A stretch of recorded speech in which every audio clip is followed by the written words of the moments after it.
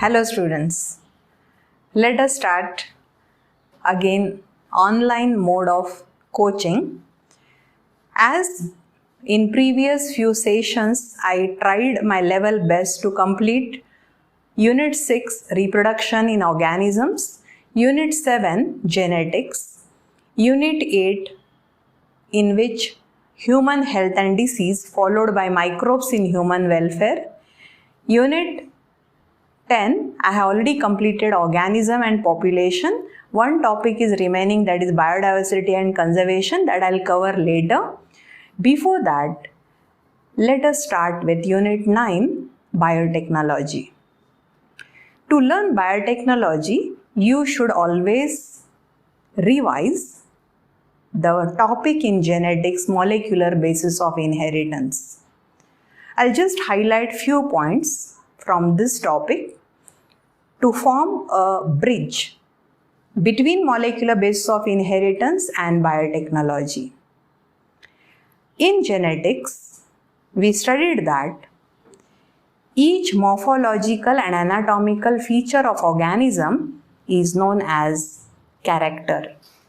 Alternative forms of characters we call traits.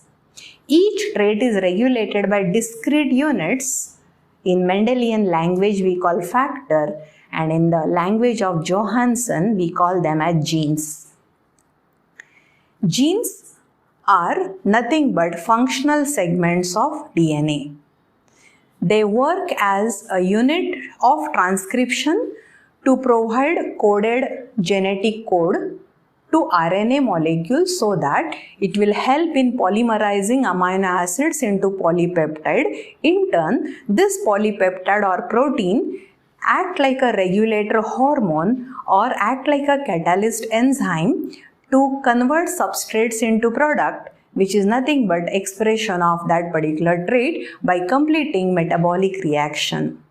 In short, the entire mechanism of the cell is under the control of DNA. In previous topic, we already proved genetic nature of DNA with the help of two experiments, transformation and transduction. Later, considering the mechanism of transcription, we have learnt transcription in prokaryotes and transcription in eukaryotes. After summarizing the knowledge of DNA and functioning of the DNA, we should not forget that DNA not only having ability to express the trait, DNA not only a hereditary molecule moving from one cell to other cell, but it has ability to replicate, to produce multiple copies. Having this knowledge, the human beings, as a scientist, they exploited this knowledge to bring about changes at the genetic level of plants and animals to produce the products for human welfare. And that is emergence of biotechnology. In today's session, I'll just brief you about the biotechnology. It is the integrated natural science with the technology based conditions so that we can manipulate the genes, fragments of DNA, to change the genotype and phenotype of organism of our choice and to get the copies of genes or to generate the products of the genes as proteins. These proteins, which we can use as a medicine or health supplements. Using the same technology, we can modify the genotype of the crops to increase the yield. In principles of inheritance of genes, we have already learnt about hybridization among pea plants, the experiments performed by Mendel. Similar experiments the scientists tried on various crop plants, which we call it as artificial hybridization technique, where they emasculated the flowers, they collected and stored the pollen grains, they dusted the desired pollen grains on the stigma of our choice, and they tried to get the number of seeds, increased quality and quantity for the welfare of human beings. But in biotechnology, we can bring this change quickly. So the quick manipulation of the DNA to get the desirable product is the main motto of biotechnology. There are two principles involved in biotechnology. Number one, genetic engineering and maintenance of sterile ambience or aseptic condition. Genetic engineering is nothing but in vitro, means outside the body. In vitro transfer of genes of interest. The gene a part of DNA of our choice. In vitro transfer of genes of interest into the host cell which will help to clone the gene in the living condition.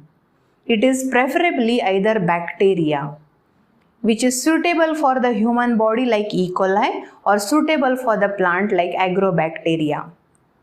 Now, how the gene is transferred into the host cell? It needed a vehicle or a carrier, and that molecular carrier selected as a vector. So, let me define genetic engineering is in vitro transfer of genes of interest into the host cell using specific vector to clone the gene of interest or to obtain the product of gene for human welfare. While doing all these techniques, we need to maintain hygienic condition so that contamination or pathogenic activity should be prevented. After learning two principles in biotechnology, we have to understand what are the tools necessary in genetic engineering. Tool number one, we require the source. Source is the cell or a tissue.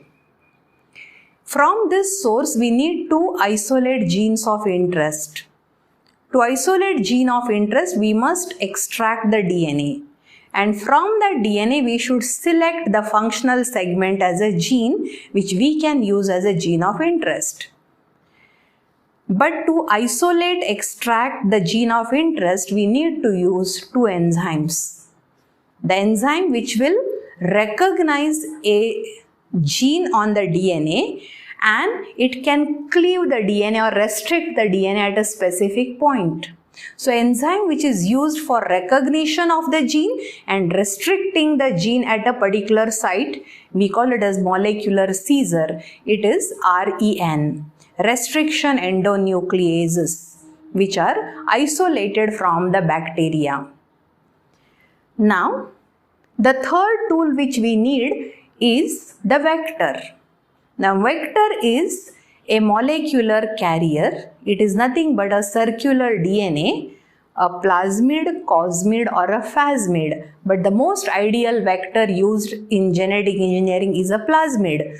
Plasmid is circular double-stranded self-replicating DNA molecule. Now, to insert gene of interest on a vector, we have to use the same REN which we use to isolate the gene from the DNA. After restricting the vector, we'll get the open ends to which gene of interest should be ligated. Now, for this ligation or attachment, the second enzyme is needed. It is known as molecular glue or molecular stitcher. It is nothing but the ligase. So, first is gene of interest, second enzymes, REN as a seizure and ligase as a stitcher. Using these two enzymes, we can do gene splicing. It is a technique where gene of interest we can insert on a vector to obtain rDNA. Now, what this rDNA stands for? It is recombinant DNA where a vector carrying gene of interest. Now, this rDNA need to transfer in a host cell. But before that, when we choose the vector, it should have ORI site, which we can stimulate to produce multiple copies by replication. It should have cloning sites where REN can cleave and we can insert gene of interest. And third, it should have a selectable marker genes which will provide resistance to antibiotic, or they will code for beta-galactosidase enzyme. You may not follow all these steps in one session, but I'm just briefing you with the new terms so that these terms will be familiar to you from the entire unit biotechnology. So vector should have ORI site, cloning site and selectable markers. Fourth requirement in genetic engineering is a competent host cell. Now the most commonly used host cells are E. coli and Agrobacterium tumefaciens. Now these host cells are not competent to receive rDNA because DNA molecule is hydrophilic. It cannot easily pass through semi-permeable membranes of the host cells. So, we need to increase the permeability of the membranes of the host cell by treating the host cell with certain chemicals or by creating electric pulses, or we can use high velocity particles coated with rDNA and bombarding on the host cell so it ensures entry of rDNA into the host cell, or we can use micro syringes to inject rDNA directly into the nucleus of the host cell. So there are 4 ways of making host cell competent to receive rDNA. Now once rDNA enters, the main task is to identify transformant and rejecting non-transformant. Now what transformants are? These are the host cells which already received rDNA and transformed so that they can undergo cloning of gene of interest, or they will give rise gene product. Now selection of a transformants is done either by antibiotic resistance method or color reaction. And the 5th tool needed is a bioreactor, where we can keep the transformants on a nutrient medium so that they can undergo fission where rDNA replicated along with that gene of interest is replicated, and on a suitable medium the gene will express to give rise a protein. It can be used as a medicine or it can be used to bring about the change in the organism. Thus, as per the textbook, we need to remember 3 tools. Number 1, enzymes, REN and ligase. Number 2, competent host cell.